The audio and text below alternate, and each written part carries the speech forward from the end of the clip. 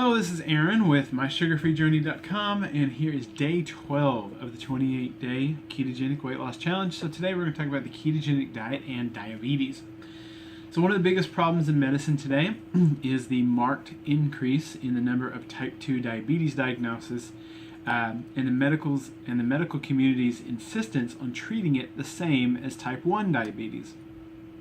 Type 1 diabetes is a disease where the patient's immunity system has attacked the pancreas and the pancreas can no longer produce insulin. Type 1 diabetics will always have to take insulin because the body can't produce its own. While the ketogenic diet can help with type 1 diabetes by reducing the amount of insulin needed, it can never cure it. Type 2 diabetes, however, is an entirely different disease. Someone with type 2 diabetes has eaten so many carbohydrates and the body has produced so much insulin that overexposure to the hormone has caused the body to become insulin resistant. We've already looked at the metabolic process that happens when you eat a carbohydrate, where the pancreas secretes insulin to either use the blood glucose as fuel or to store it as fat. What we didn't say at the time is that when insulin levels are chronically high over the course of years or decades, the body begins to become resistant to the insulin signals. The LPL hooks on your cells become fewer and fewer as the body tries to deal with the massive insulin hormone signals that are constantly being thrown at it. It is the LPL receptors on the muscles that are the first to shut down, leading to a loss of overall energy and a decreased desire to be active. The LPL receptors on the fat cells take longer to shut down, which means more of your blood sugar is shunted into fat cells for long-term storage. This is why weight gain isn't linear, but you tend to gain weight faster the heavier you become. As you become more and more insulin resistant, your body moves blood sugar into fat cells at a faster and faster rate, causing you to gain weight faster. Over time, your body just loses the ability to deal with blood glucose at all, causing type 2 diabetes. Also increased rates of obesity and even death if it goes on for long enough.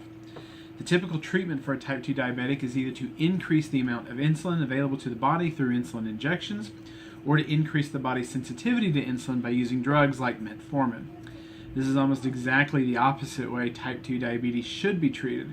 If type 2 diabetes is caused by so much insulin that the body has become desensitized to it, then whatever the treatment is, it is certainly not more insulin. The treatment should be to require less insulin to treat the food that has been eaten. This is accomplished by eating less carbohydrates, less sugar, smaller meals, all of which comes naturally with the ketogenic diet. The dirty secret of diabetes is that it is an almost universally curable disease. There are people who have struggled with type 2 diabetes for over 25 years that have reversed it very quickly just by changing their diet.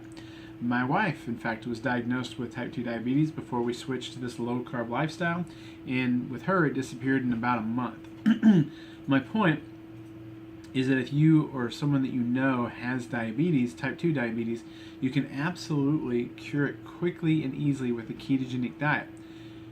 Now, of course, it varies from person to person. I'm not a doctor. Nothing I say should be taken as medical advice, but I've seen it happen enough times that it is something that if you are a type 2 diabetic, you should at least look at and at least try.